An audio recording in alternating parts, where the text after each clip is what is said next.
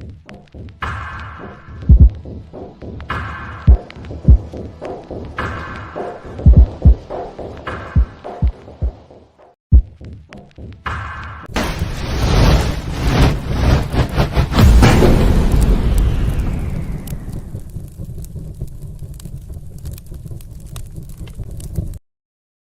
to the typical skeptic podcast, where we dive deep, you decide. Questioning the matrix from UFOs, where the shadows unknown reside.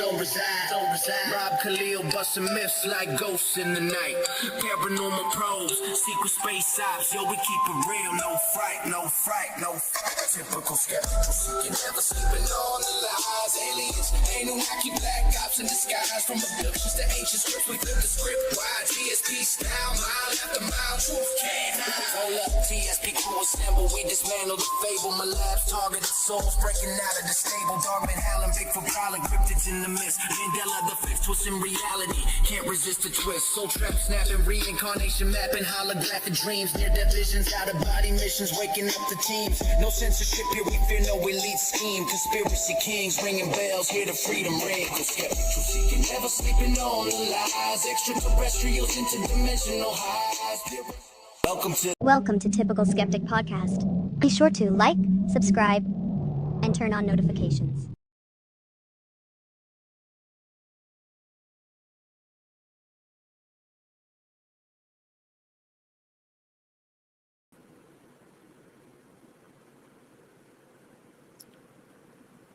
Hey guys, welcome back to another episode of the Typical Skeptic Podcast. I am really pumped and excited for my guest tonight. I've watched his material for a long time. You might have saw him on Carrie Cassidy's Project Camelot. You might have saw him on the Higher Side Chats with Greg Collarwood. You might have saw him on Aquarius Rising Africa with Chantel. And you might have actually saw him on the actual InfoWars with the world-renowned Alex Jones, and that's internationally renowned investigative journalist and best-selling author Leo Zagami. He's coming on today to talk about his new book, The Vatican's Top Secret Alien Agenda, Hidden Encounters, Forbidden Rituals, and Jesuit Astronomers in the Age of UFO Disclosure. Topics will include the Vatican's historical interest in UFOs and extraterrestrial intelligence, Jesuit astronomers, secret societies, exopolitics, ancient mysteries, religion, spirituality, artificial intelligence, and audience Q&A. And whether you're interested in disclosure, hidden history, the Vatican, or an intersection of spirituality and UFO phenomenon, this promises to be one of the most thought-provoking conversations yet. And, a little bit more about my guest. Leo Zagami is an internationally renowned investigative journalist, author, and researcher born in Rome, Italy. Since 2009, he has authored more than 20 books published in multiple languages, becoming widely known for his research into secret societies, Freemasonry, the Vatican, geopolitics, exopolitics, and the hidden influence of the elite power structures. His best-selling works include Pope Francis, The Last Pope, Money, Masons, and Occultism and the Decline of the Catholic Church, and The Invisible Master, and the acclaimed Confessions of an Illuminati series. After recoding to America, Palm Springs in 2019, Leo became a naturalized American citizen in 2024. Tonight, he joins us to discuss his newest #1 best-selling novel on Amazon. And we're going to get into alien disclosure and everything. It's going to be an amazing show, and I'm bringing him to the stage right now. Leo, thanks so much for coming on for the first time. How are you? Oh, well, it's a pleasure to meet you and your audience. It seems like you are celebrating something special soon. So I'm glad to be here in such a pivotal event for your broadcast. Yeah. Tomorrow, guys, my friend, one of my moderators, Jason, reminded me tomorrow will be 7 years that I've been doing this show. So tomorrow's the birthday, 7 years of the Typical Skeptic Podcast. But we're here for another reason. Like I said, I watched you on Chantel's Aquarius Rising Africa. I saw you on Greg Harwood's Higher Side Chats, Carrie Cassidy. I've always been really intrigued with your work, but you're coming from a different angle right now, and you have a best-selling book on Amazon about. Yes, it's just been out for a week, and I must say excellent results.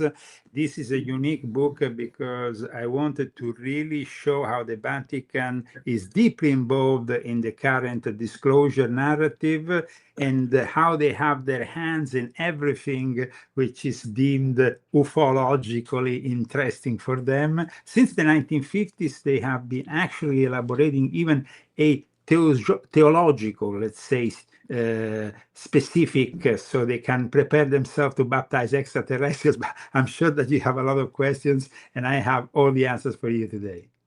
Just on a side note, I was listening to your show with Chantel to get prepared, and I heard you say Epstein actually was involved with the Vatican as well. Can you just get into that real? That just as a side note. Like, what do you know about that? Like, well, I wrote a book about Jeffrey Epstein. You wrote a book about? Oh, I didn't know that. Holy The shit. Rise and Fall of a Frankist Monster. And it is about the fact that him and his family and his background and all his milieu were connected to the infamous Sabbatean Frankists.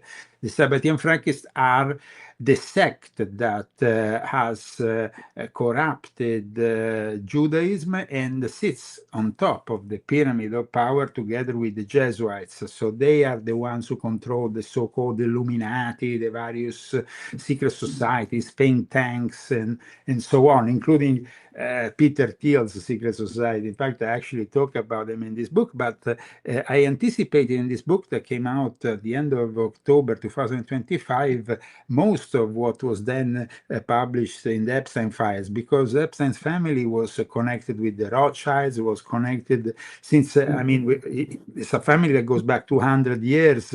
Their influence was enormous. They actually made money with a very intriguing element in our story, which very few people know about.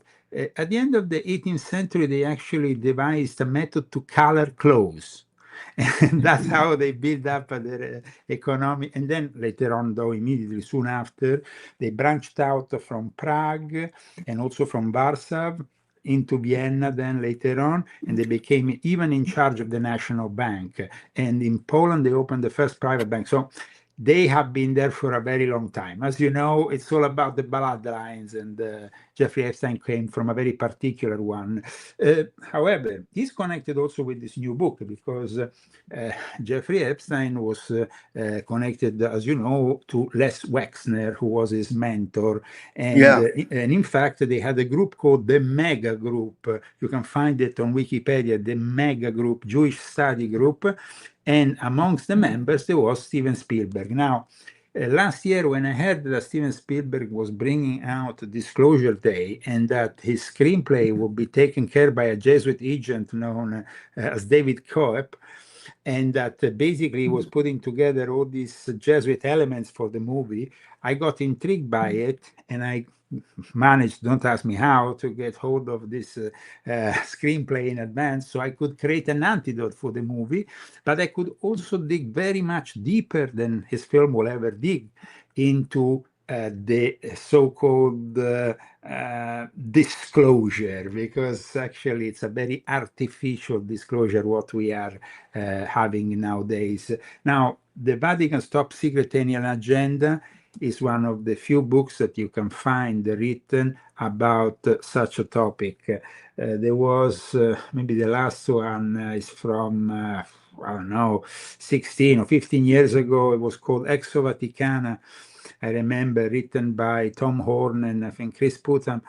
This was a book that, of course, now in 2026, both of the authors, by the way, are dead. It's a little bit dated. My book brings you the latest, but it also brings you the past that connects to the Vatican secret archives. And I say archives because we intend both the library and the archive, which it's under the Vatican, 53 miles of tunnels filled with information, and the same can be said for the library. And we had the opportunity with Professor Alfredo Lissoni, who went there many years ago, to get some of his material for my book. And then, of course, this book has also the participation of Roberto Pinotti, who is a world-renowned ufologist that with Alfredo Lissoni brought out in the year 2000 for the first time the story of the Mussolini UFO that crashed in Italy in 1933. And then was picked up 23 years later. This story actually was relayed by David Grush, that, as you know, testified in front of Congress. Yeah. So let's rewind a little bit. Like, what do you think? What do you see going on with Disclosure and the movie Disclosure Day? Like, what is? Do you have an opinion on it? Like, what do you? Because I noticed you said it's kind of like an artificial disclosure. Like, what do you think they're trying to accomplish by doing this now? If we had to guess, like. Well, it is, of course, a psyop, a psychological operation that is obvious, like all the movies of Steven Spielberg, because they always had this underbelly of propaganda / psychological operation. Now, when it comes down to this movie, it gives exactly the narrative of the Jesuits, who is that is a narrative that wants you to embrace aliens, regardless of what's their nature. So open their arms to whomever comes out of a spaceship. But Yeah. of course, people reading my book will understand why that happened, because after the Magenta crash, the Vatican actually bypassed Mussolini and Hitler. Their interest was, of course, with the Allied forces, which eventually ended up obtaining that UFO. And it was the first of a long series of gifts, as they call them, the scientists, because they don't call them crash, they call them gifts. These gifts are meant as Trojan horses to deceive humanity. And of course, their technology is what we are using today, which is beneficial to a certain extent, but at the same time, look at what's happening to our society. It's dumbing it down so much. I mean, our youth in the universities using ChatGPT or using any other form of AI is gradually using less of their brains, and that's what they want us. They want us dumb. They don't want us illuminated. They don't want us aware of our potential, because our potential, it's really connected to what they coined from the 50s, psionics, or those paranormal gifts that once you are able to control can really open your gates to the star, the gates of the star, the Stargate project, remote viewing, but also much more. Absolutely, absolutely. So, do you think that's why the Vatican has been interested in UFOs and astronomy for centuries, or what do you think their goal is?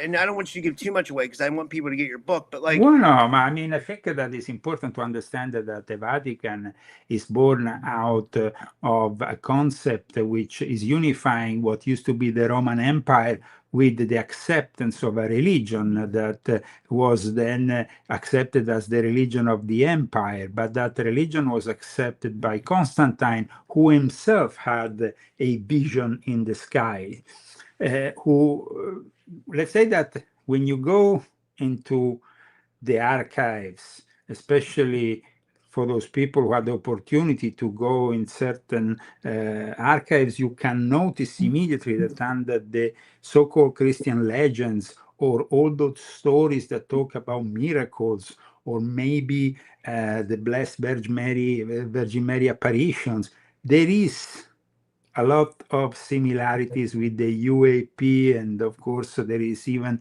abductions that can be stopped, as we know, by simply mentioning the name of God or Jesus Christ, because this is not something that is born out of Roswell. Like Steven Spielberg wants to build this false narrative that even here in America, they suddenly know about UFOs since Roswell, 79 years ago, 80 years ago, like the Age of Disclosure claimed in their documentary. In reality, even David Grush has confirmed that Magenta was the defining moment for the start of that reverse engineering program that eventually will become the legacy program. But the Vatican knows about this phenomena for thousands of years, and they have also methodically been archived all this, because with the fact that they had to then evaluate the sanctity of a person.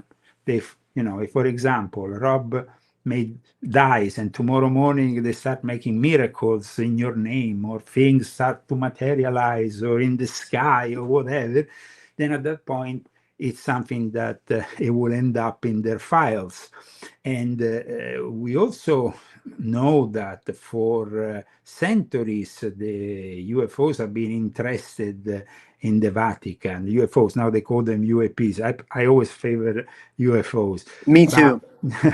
But these non-human intelligence are connected, of course, from the very start with the development of all the religions of mankind, though we have to understand there is some fundamental differences between the demonic, the malevolent side, and the angelic one. And at the same time, we cannot simply state that there is one race of aliens and they are all evil, because that would be really not understanding the variety of this universe. But at the same time, we cannot be overly embracing, because then we will put our guard down in front of maybe a superior race that in fact has given us this technology, thinking, that we will do exactly what we ended up doing, building a digital prison around us. Yeah, I have a really interesting question for you, and it ties into this. Like, so I know you're an ex-Illuminati, right? So I know you probably know about the Council of Nicaea and like the rumors around that they switched Christianity or something like that. But like, well, what they did, they cherry-picked certain texts, and they avoided others. They wanted the Christianity to be uniform, but also to not have any elements that could put the powers to be in difficulty. And that was, of course, the emperor, and Rome wanted to control this as they always had state religion in mind in Rome. Imagine that in ancient time, before the arrival of Christianity, they had a place called the Pantheon, where they were equally, worship all the gods. And it was all done, though, under strict state control. What happened with Christianity is that initially they didn't get accepted, and they went underground, but literally underground, because in fact they went into the catacombs where they started this slow process, very sectarian, almost like.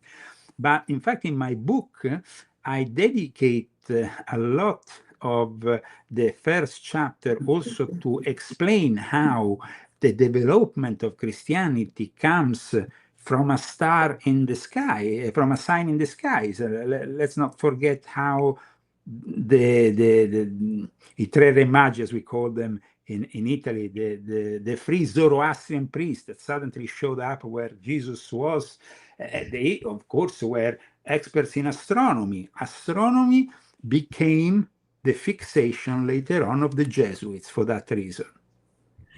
That was going to be my next question, but I love how you put that about the three Zoroastrian magi that visited Jesus, because that's what they were, right? They were actually magi, or men who could perform magic and miracles, and they went to pay homage to Jesus, I presume. Well, that is the interesting thing of it all. Today, most historians agree they were Zoroastrian priests. However, there is no certainty. We don't have any certainty, but all the indications lay there. And you see, it's important to understand that in ancient times, there was an obsession towards astronomy, because astronomy will also guide the plantations. Let's see, in ancient Egypt, for example, their connection with Sirius, their connection with a calendar that was built around the skies. That is very important. And when a sign, a particular sign, like, I don't know, an asteroid or a specific sign from the sky will trigger then also a bad omen or a good omen, or a sign of something that was about to happen. Even during the course of a war, you could have, like Alexander the Great suddenly saw something in the sky. I mean, so this, or for example, before the fall of Jerusalem, when the Romans destroyed the Second Temple, Flavius Joseph, which is the historian who mostly tells the account of that incredible moment in history in which the Second Temple is destroyed. He says that for various days there was actually an object in the sky stationing over Jerusalem. Wow.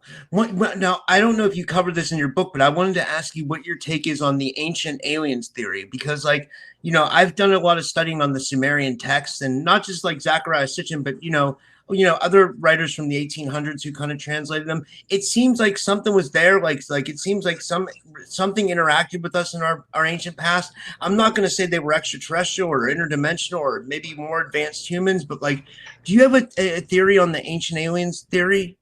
Or Well, I actually discuss in my book certain elements of the ancient aliens theory. However, of course, we have to be very careful because at times there is an oversimplification. Of course, we have, people like Sitchin, Zachariah Sitchin, Eric von Däniken.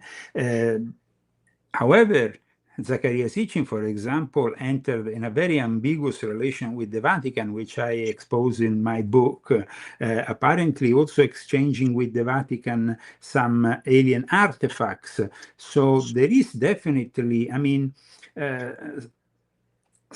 Carl Sagan, for example, speculated on the possibility of visit by ancient aliens in his essay Direct Contact Among Galactic Civilizations by Relativistic Space Interface, and Carl Sagan was kind of pragmatic, and at times he was quite critical of certain theories, which I instead see, so it depends.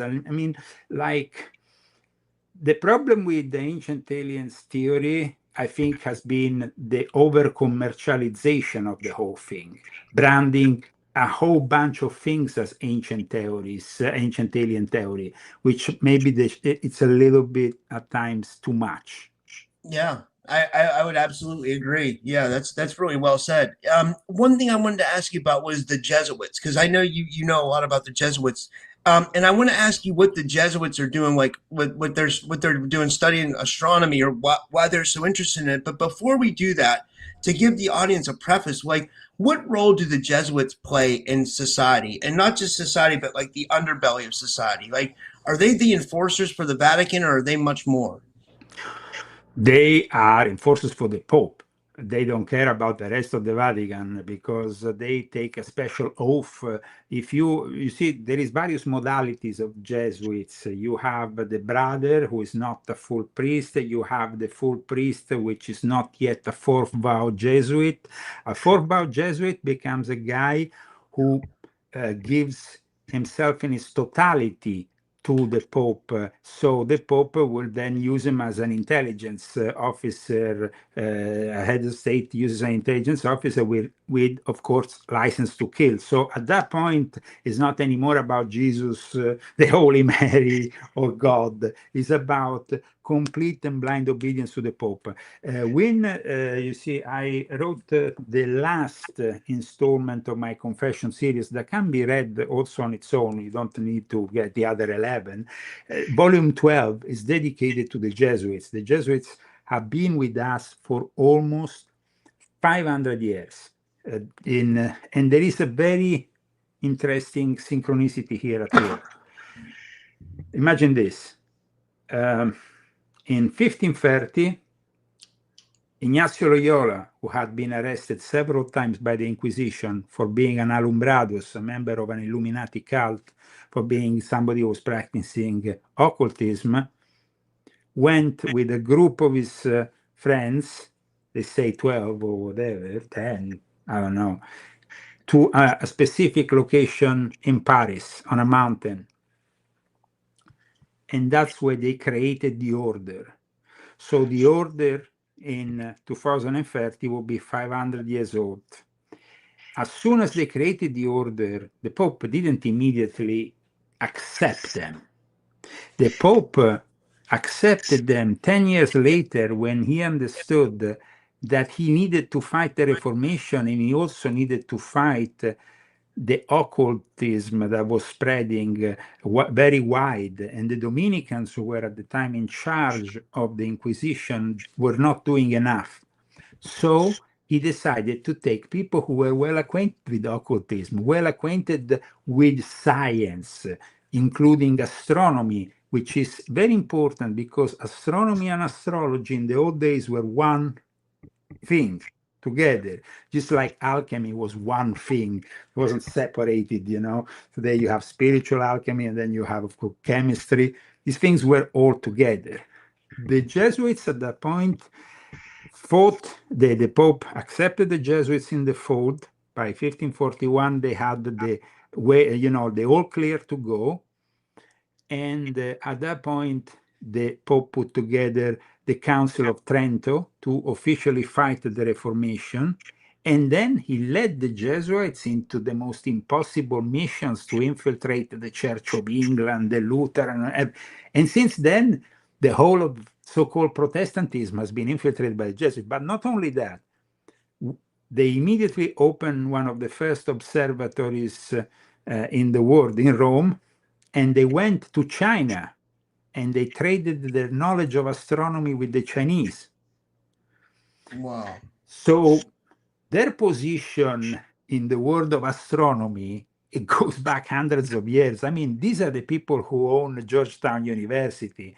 These are the people who are in charge. Basically, even here in California, even the universities who are not officially Jesuit are controlled by the Jesuits. They are deemed as the ones who take care of our education, of the education of the elite especially. So what happens is, what is their mission? Well, the mission of the Knights Templar, which preceded them and that was dismantled by the church, as you know, was the banking system. The banking system was something that had already been discovered, done, and there was nothing there anymore. So Ignazio Loyola focused on education. Let's take control of the whole narrative here, because whomever controls the education controls the narrative. And so, and on top of that, most people didn't really read. They were ignorant. They didn't even know to read. In Italy, up until the Second World War, 50% of the people, soon after the Second World War, when in 1946 they made them decide in a poll between the Republic and the monarchy, the OSS, which is the precursor to the CIA, went around with their agents and said, yeah, just put X here, it's for monarchy. And it was for Republic, because they didn't know how to read. So their intention was not to, you know, bring culture to everybody, but to a specific elite. So, and then at the same time, they sent their first missionaries in search of occult knowledge. So they went to Tibet, they went to India, they went to Japan, and in China also. So they are really very powerful, because it's from that power then, especially because they were placed in an area in Eastern Europe where the family of Jeffrey Epstein, of Ghislaine Maxwell comes from, that comes the heresy of the Sabbatean Frankists, which was supported by the Jesuits and the Catholic Church, because it brought to them 20,000 Jewish converts that they handed to them on a silver plate. So the whole thing regarding where we are now with the Jesuits and their control of the disclosure narrative is very obvious in my book, because it's connected to Luis Elizondo, David Grush, Daniel Sheehan. When I make these accusations, I don't, you know, I bring the receipts. Yeah, you do. Yeah, you do.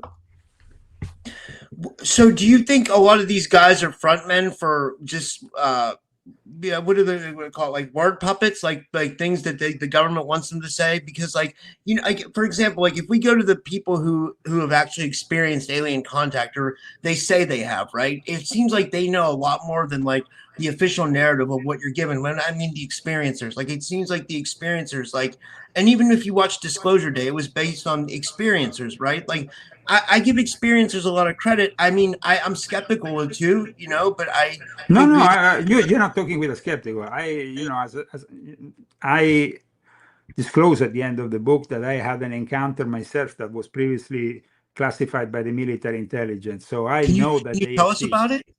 I'm sorry. Well, I can tell you a little bit about it, not much, because it will probably spoil the end of the book.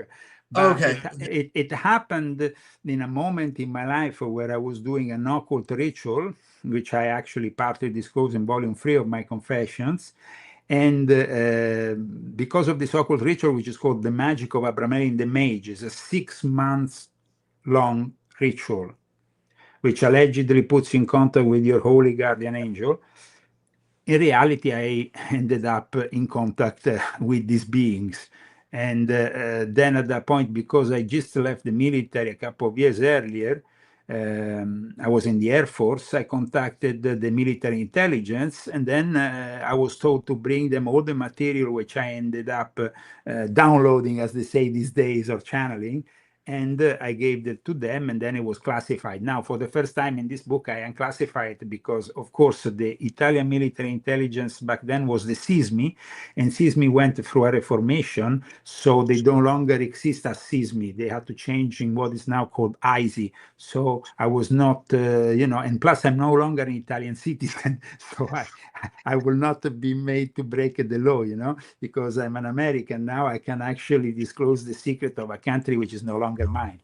Hey, I got to ask you a question, but I'm an Italian American. I know you have Italian roots, so this is a side note. So I got to know this answer. Who has better pizza, Americans or Italian, or real Italians from Italy, or Italian Americans? Who has the better pizza? Okay, this is very important. No, It is. It really is. My wife wrote a book, Zagami Family Cookbook, where you actually have the pizza recipe, make fresh pasta, fresh pizza, everything. So I love that. You are talking with somebody who is very dedicated to food. I would say that my wife, who comes from Brooklyn, loves very much what she calls New York pizza, which actually is a very good pizza, but it's not the same as Roman pizza or Napolitan pizza. So they have slight differences, but if it is a good New York pizza, it can definitely hold, let's say, the comparison with the Roman or the Napolitan. The Napolitan tends to be a little bit higher. The Roman one is very particular. It's very flat and it's very crunchy and very nice. For me, I come from Rome, but I also appreciate the Napolitan pizza. My wife is partly from Naples, so she likes also that angle. I would say, though, that it all depends also from the ingredients. So wherever you make the pizza, the important thing is the ingredients. It's like a book. You make a book with the ingredients, you see.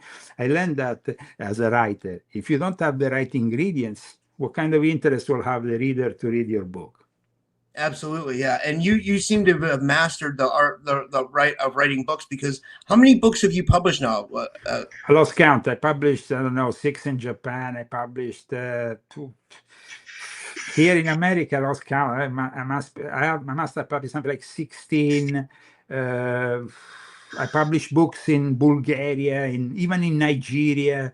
I think that it's over 20 books, but at the moment they're all back here, some of them, and they're not even all of them, and I couldn't really tell you how many, because I can tell you that I published 12 books on my confession series, and that, okay, then you have to put on top of that Pope Francis the Last Pope, which was this book in which I describe Pope Francis as the last Pope, because maybe people don't know, but as I explain in volume 12, a year before the Pope died, Pope Francis, there was a specific thing that was published by the Vatican about the Pope stepping down as the supreme pontiff and rather being a bishop amongst bishops. So that is another thing that connects to what we are discussing today, because the disclosure day for the Vatican means unifying every single faith under them. And so from the moment they did that, okay, there was briefly, the timeline is 1933, the Vatican then ends up giving that UFO, especially because of Guglielmo Marconi, the inventor of the radio, was a very devout Catholic, to the American intelligence, and it's brought here.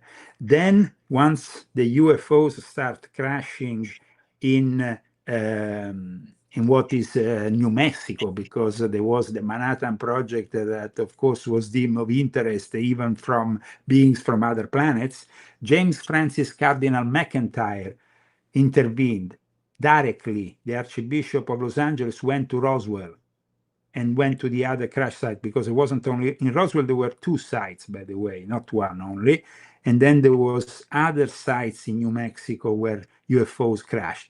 But people think that these UFOs will crash like this, coming from the other side of the universe. I explain, like in this book, that is, of course, not really a feasible option. It's more like making us primitive species thinking that. But in reality, these gifts are Trojan horses. They are calculated. The moment in which they give us the AI, and the AI was presented in the 1950s for full development, and now we are in 2026, and they are ready to take over because they're waiting for a specific alignment. You were asking me about my own encounter. My own encounter, of course, is an encounter with beings that were far more developed than us. And eventually, it's connected with a ritual which is going to take place from next year, and it's going to last 7 years. Whoa, can you tell us about that? And you know what I wanted to ask you about too? Since you're Italian, I was wondering if you were familiar with strega, or I think they call it Yeah, strega. sure. Stregoneria, strega. Yes, it's a let's say a branch of the Italian witchcraft, specific to Italy. But it's at times it can be, similar to what you find in Cornwall in England with the Wicca. Then it became modernized, but let's say it's. However, in my book, I bring also a very interesting story that you might have not heard about. Have you ever heard of the Bendanti? The Benedante, yeah. I have a friend. You might know him. He comes on my show. His name's Brock Castaldo. He's a Strega lineage, and he told me about the Benedante and the Malandante. Right, one's benevolent, one's malevolent. Is that right? Or Well, the Benandanti were they were in the Friuli district northeast of Italy during the 16th and 17th century, and we can say that they were some of them were trying to work in the astral plane to stop certain entities. So it's like they were assimilated and given the name of witches, which is a stereotype, we can say.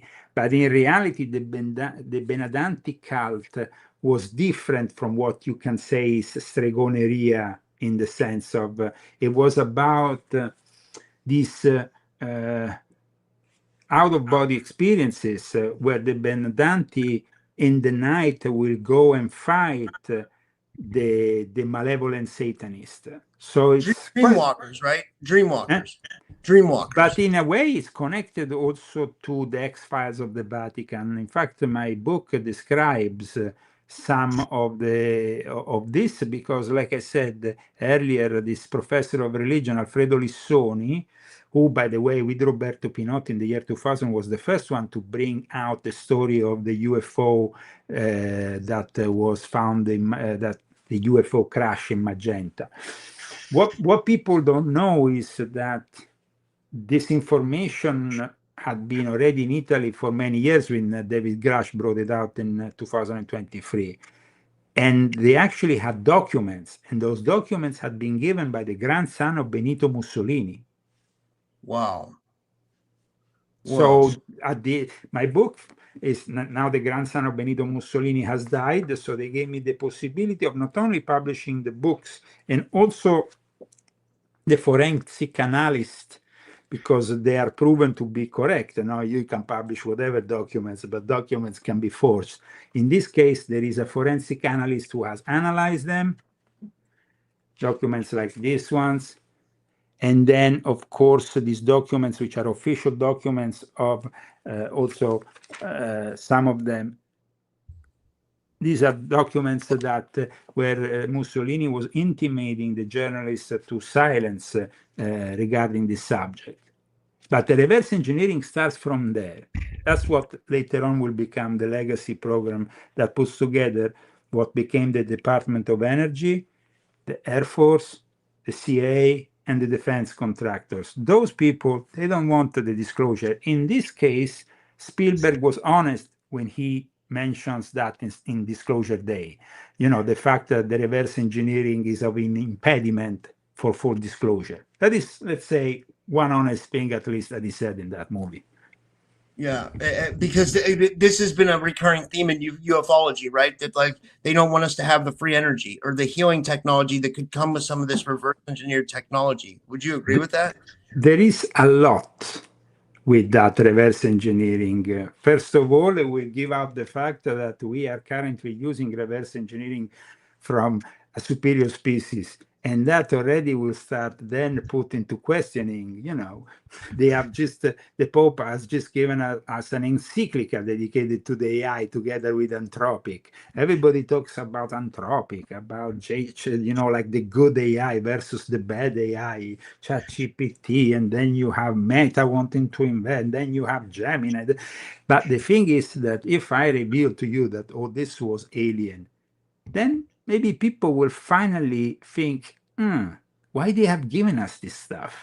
And then they will see that the reality is to dumb us down and make us a planet of idiots in the way of idiocracy. Because in a few years from now, there is not going to be a guy who's not going to be able to, not, I say, write a book, but to write a few sentences on a piece of paper. I got a good one for you. I know you're a conspiracy guy, But ex-Illuminati. I'm not actually a conspiracy guy, you see, because I was born into this kind of situation. I would say conspiracy reality rather than conspiracy theory. A conspiracy realist. Yeah. Yeah. What I wanted to ask you about is, do you have an opinion on the data centers? Like, this is a big topic, and it's like, It's in this book. You have to read it. Okay. It's part of the. I can only say one thing. It's part of the current alien invasion. Whoa, that's heavy. Can you give us a little bit? Like, do you really think there's going to be an alien invasion, or do you think it's going to be a fake alien invasion? No, it's not. We are currently being invaded. It's not gonna be. First of all, they're always been here. So saying they are aliens, it's like the whole thing about the age of disclosure 80 years ago. Spielberg saying 79. We already said the reverse engineering starts in 1933, but by no means people before didn't know about aliens and non-human intelligence. By no means Tesla was not downloading that kind of knowledge. So it's like we are already under an invasion that is simply manifesting, but is, of course, at the moment, it's like not officialized because they still don't have complete control of the grid. The complete control of the grid will be ultimated in 2030. And at that point, they can come out and say, oh, yes, yeah, for a race here, a race there of aliens.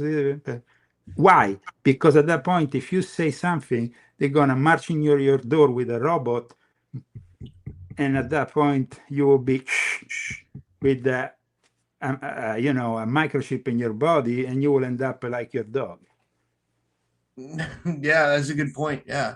One thing I wanted to ask you is, how do you think like Christianity will respond, or the world's religions will respond to the fact of real alien disclosure?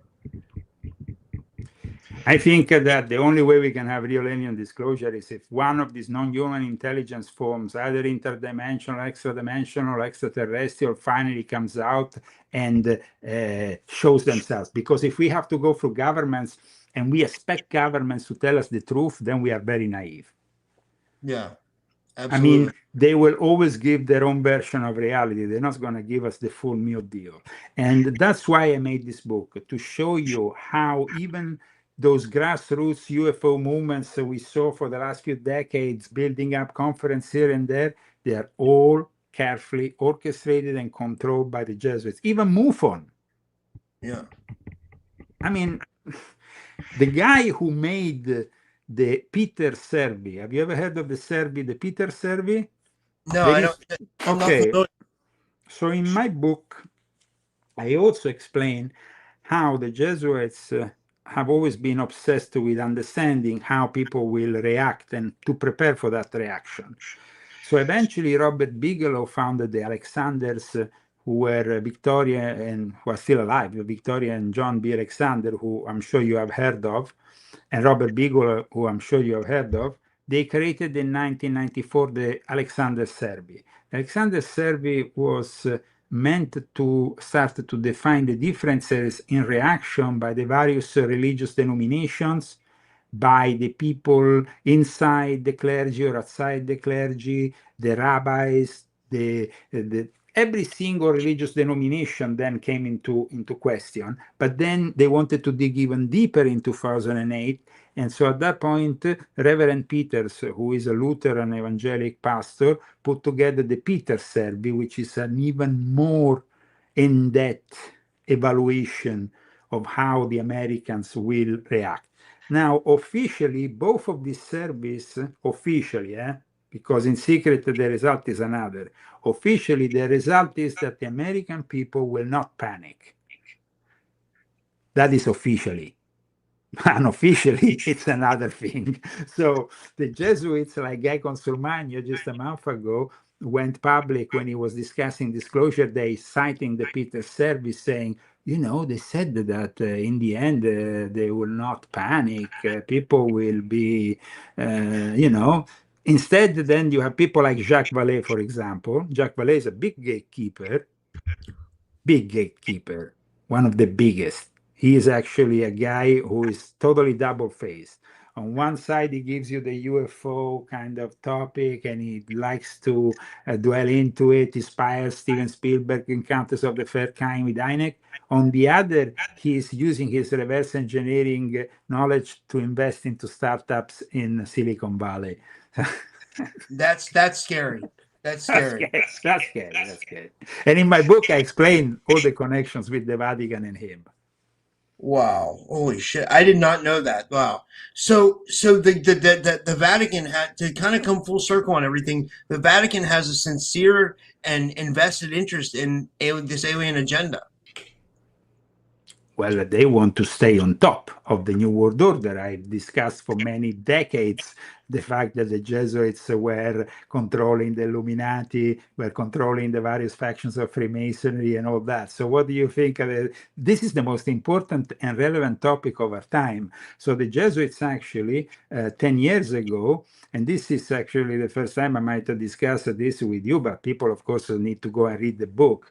But they were entering into, let's say, a deal with the Russians in the creation of this organization, the International Organization for the Destinies of the World, which meant to become the Bilderberg of the ufologists.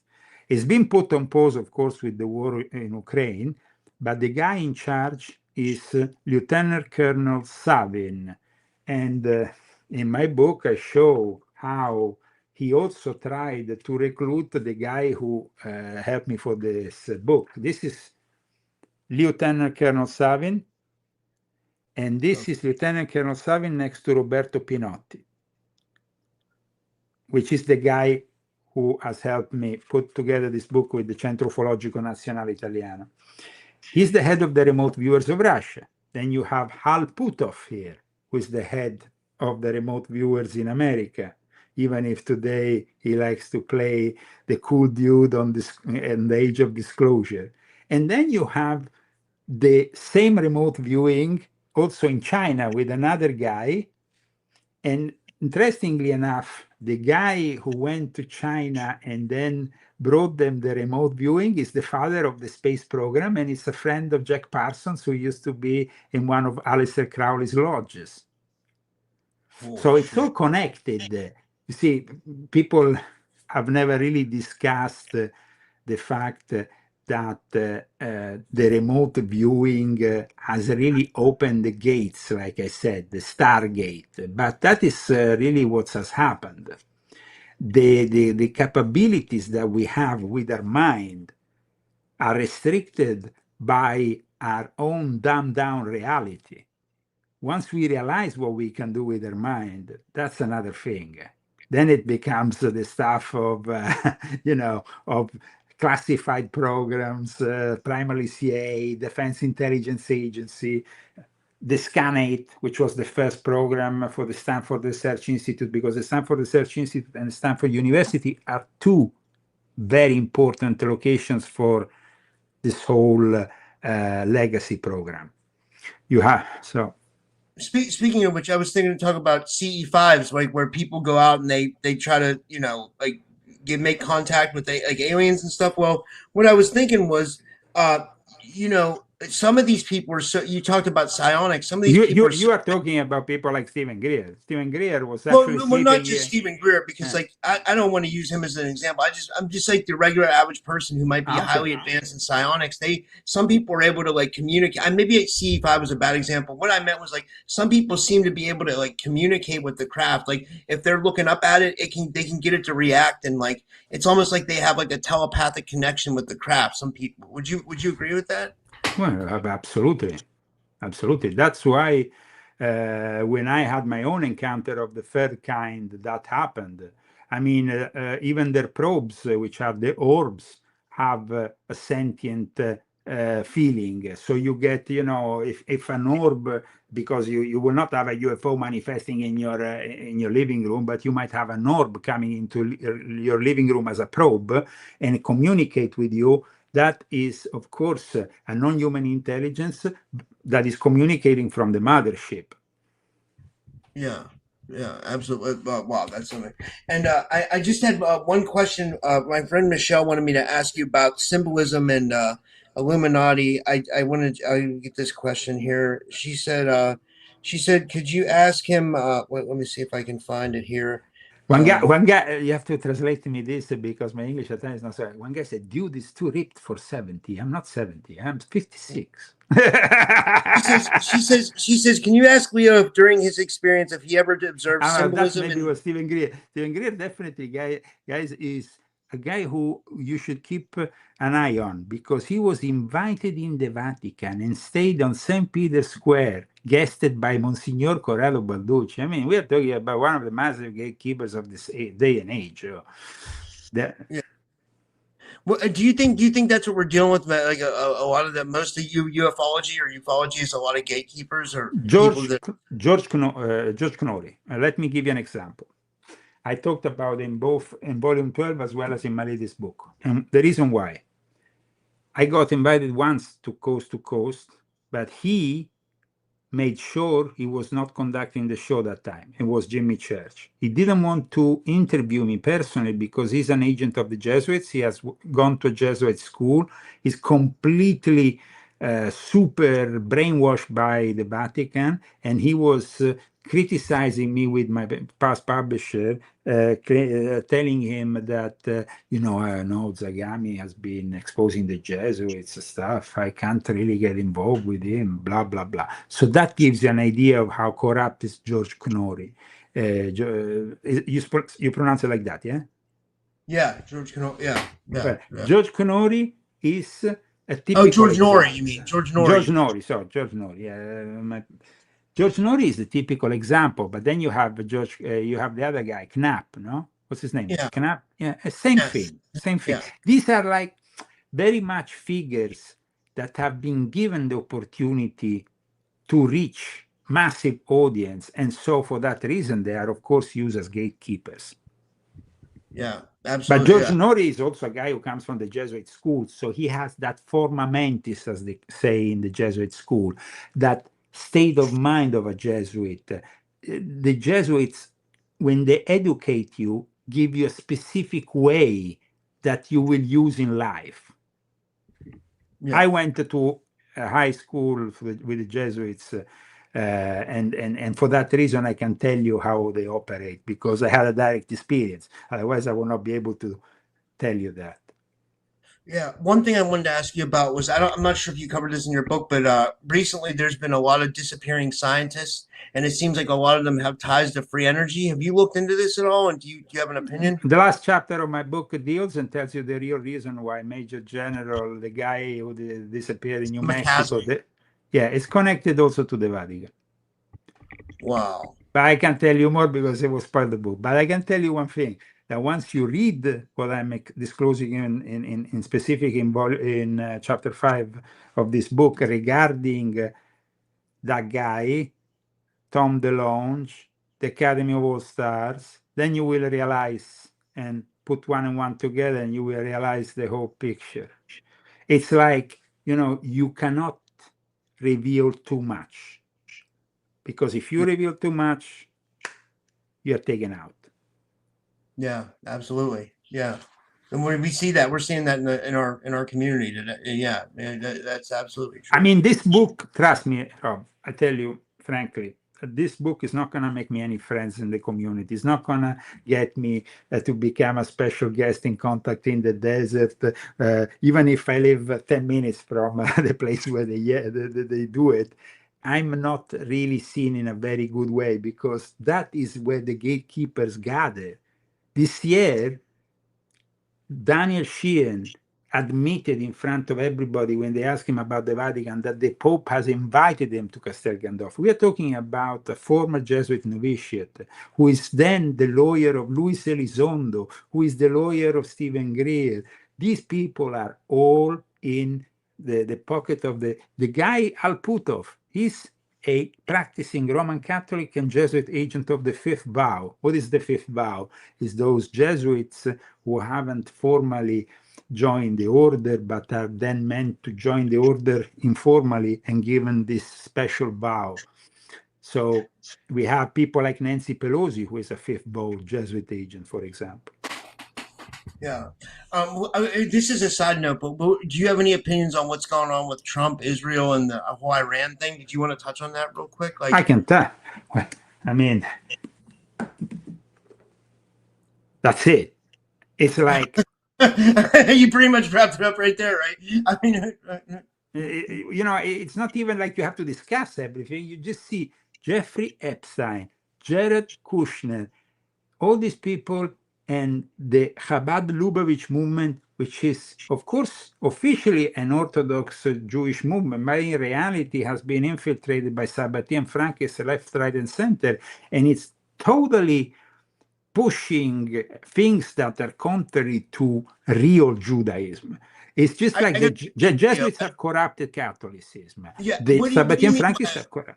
But sorry, I want the audience to understand this. What do you mean by a Sabbatean Frankist? Like, is that what we would call Khazarian, like the Khazarians, or is that different? No, different. The Khazarian thing is being used by the Sabbatean Frankists to derail a lot of researchers. In reality, the Khazarians just embraced for a limited period of time the Jewish faith, but then they were not in their DNA Jewish. They were not Ashkenazi, they were not Sephardi.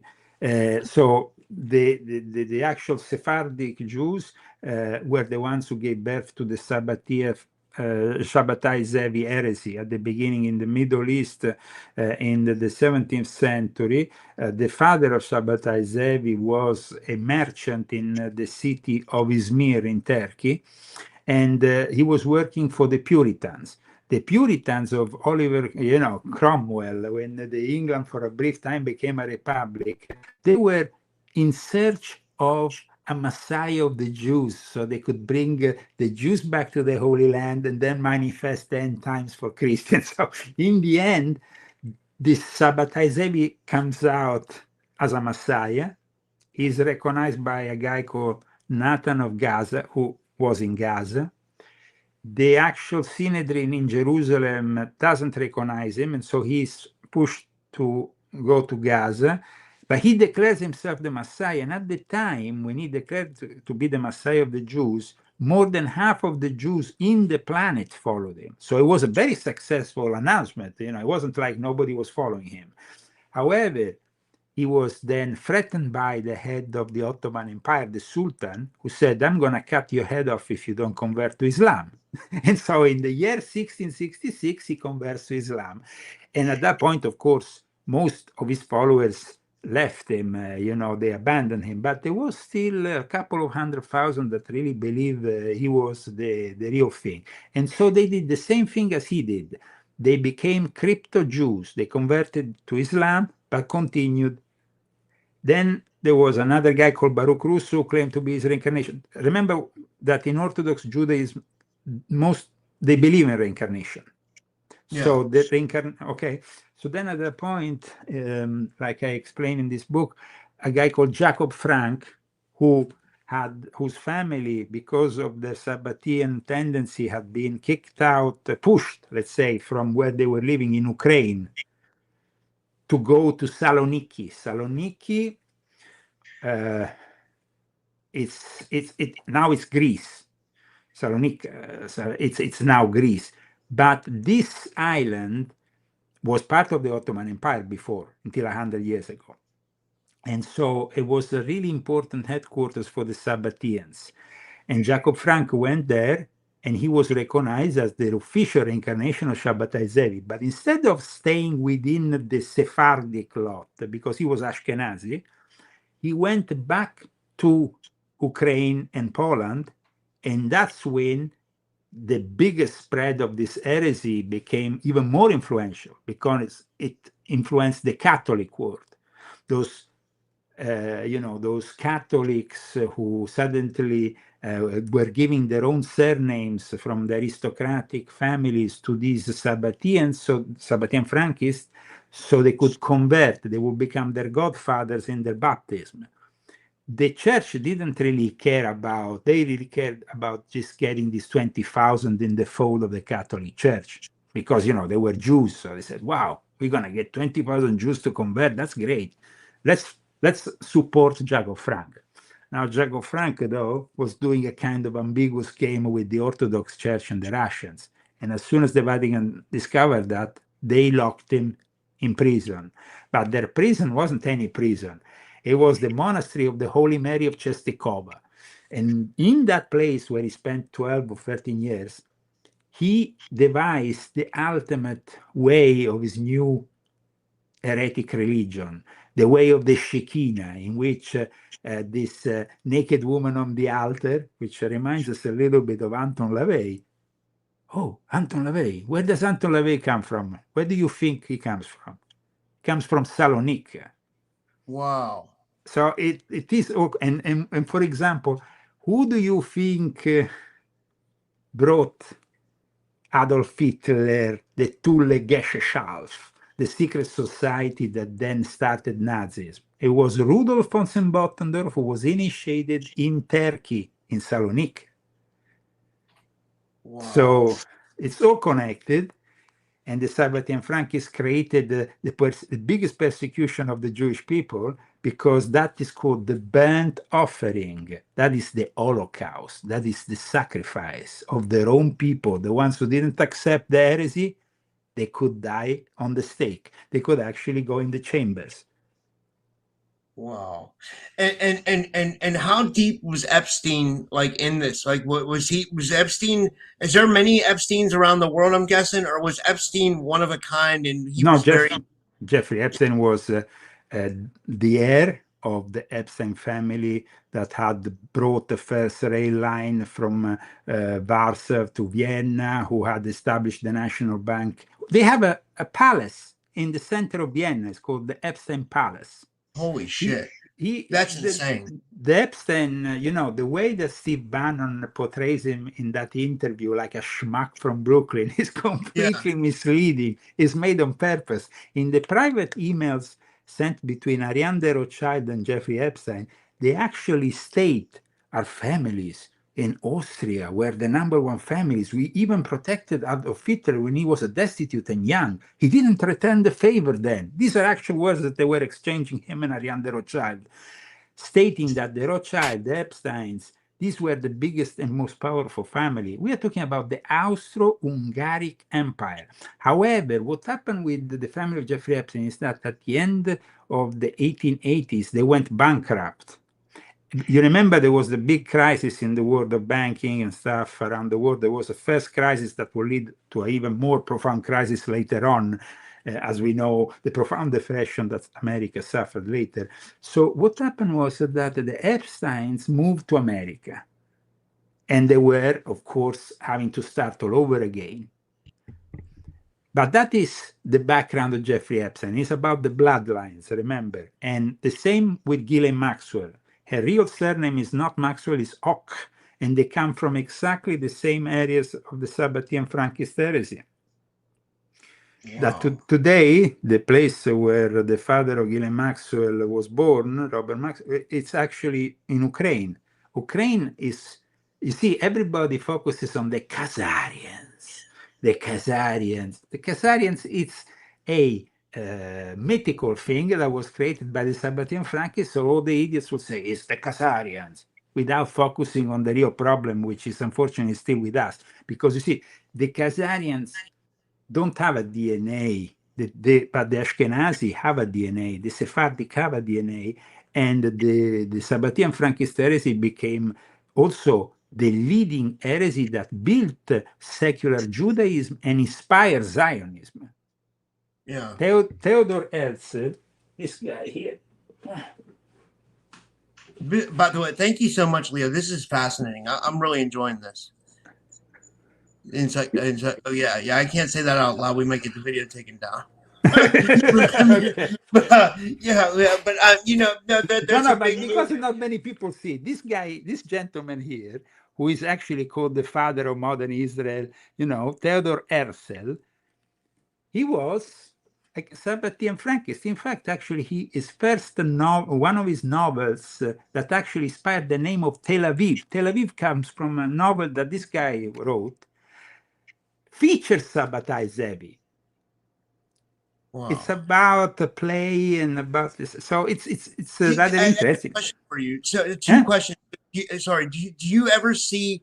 Do you ever see any kind of like resolution coming out of the Iran, Israel, Lebanon, United States conflict? And then also, does it tie into Ukraine? Because it seems like what you're saying, it does tie into Ukraine. Of course, Sorry. it's all no. I mean, just to make it clear, it's all tied. Of course, it's all tied. I mean, for example, the Iranians are giving the drones that are used then by the Russians against Ukraine. At the same time, the Ukrainians. It's all called the Great Reset, and we have already started seeing this Great Reset with the pandemic, which is the first phase. But remember that behind it all, there is an exopolitical plan made with them, because there is various them. And that is about reducing dramatically the population of the earth. And unfortunately, if we don't take action to detach from this reality that is being planned for us, well, 3/4 of mankind is destined for complete annihilation and elimination within the next 20 years. Wow, that's scary. Wow, like that, and you think this is an exopolitical plan as well as a human plan? Like you think it's the aliens? Most of all, it starts always from the pyramid, and it goes down. But on top of the pyramid, we have the invisible masters. We are dealing with a plan that is being orchestrated by people who are, of course, directed in acting this way. In Theosophy, they used to call them the secret chiefs. But that is really an area of understanding of the history of humanity, which is often scrapped off of the history books. Who is really controlling us? Who is really controlling the narrative? Now, let's go back to the present book, which we are discussing today. In the first chapter, I explain how the Vatican have been involved in the vocation of these entities for hundreds of years. We also see that after the appearance of the Jesuits, suddenly we start having a bunch of grimoires and magical books appearing all over the place. Amongst these books, there is a specific book, a book that is asserted to have been written by a pope, and it's about evoking the fallen angels. So you see, there is here a lot that needs to be addressed, together with the fact that this Pope called John the 23rd, who out of thin air, some people think, oh, well, John the 23rd was inspired by the Holy Spirit. And then he gave us the Second Vatican Council. Well, let me tell you the truth about John the 23rd. John the 23rd became a Freemason in the Grand Lodge de France, where he was a diplomatic, an ambassador for the Vatican, a nuncio apostolico. And then he was moved to Istanbul. Like I described in my book, with the testimony by a P2 member called Pierre Carpi, who then received this information directly from a high-level Freemason in Istanbul. The future Pope, at the time he wasn't the Pope, he was simply in the 18th degree of the ancient and accepted Scottish Rite. They were doing that.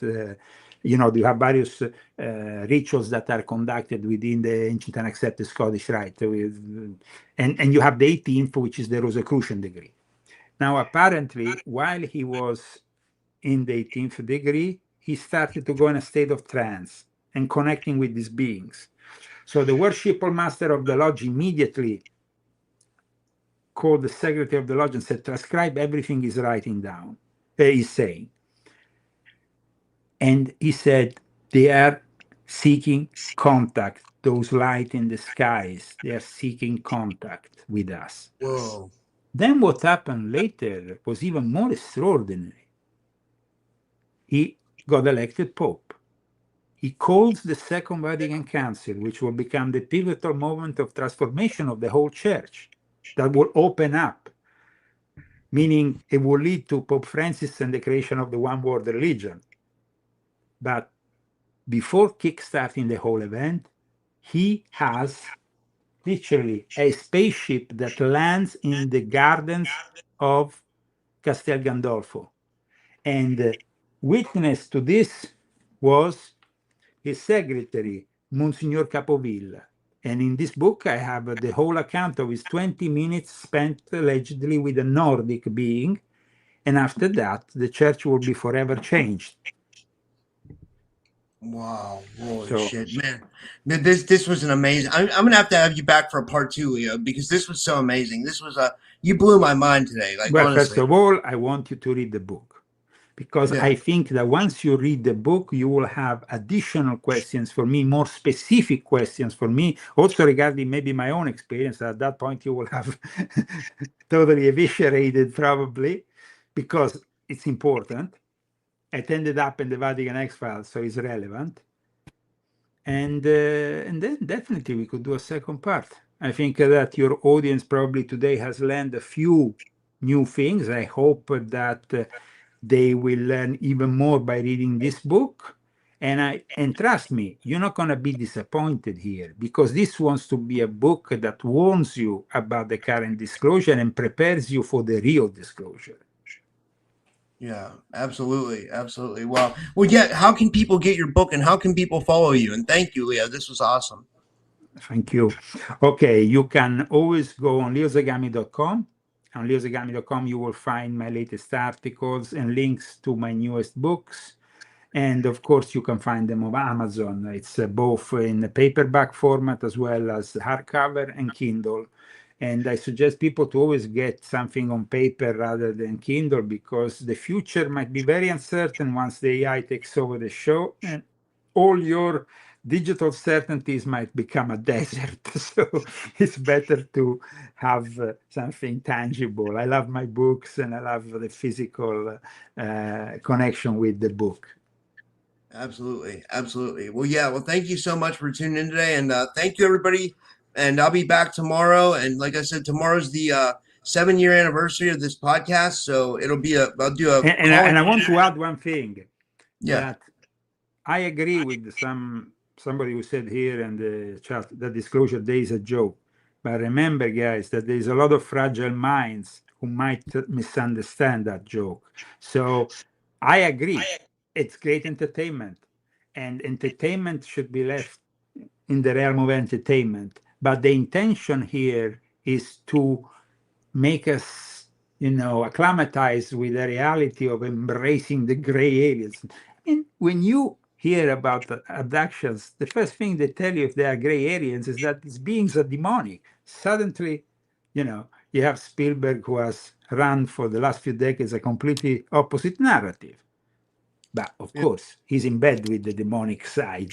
So, and he's in bed with the military industrial complex. That's for sure, regardless of what he says. One last question. Do you believe that most aliens are all aliens, like the Nordics, the reptilians, the mantids, the gray, like all forms of aliens? Do you think they're all demonic, or like, because I'll tell you, there's someone who does believe that, like Daryl Sims, they call him the alien hunter. He believes that they were all created from the fallen angels, that these species of aliens were created from the fallen angels.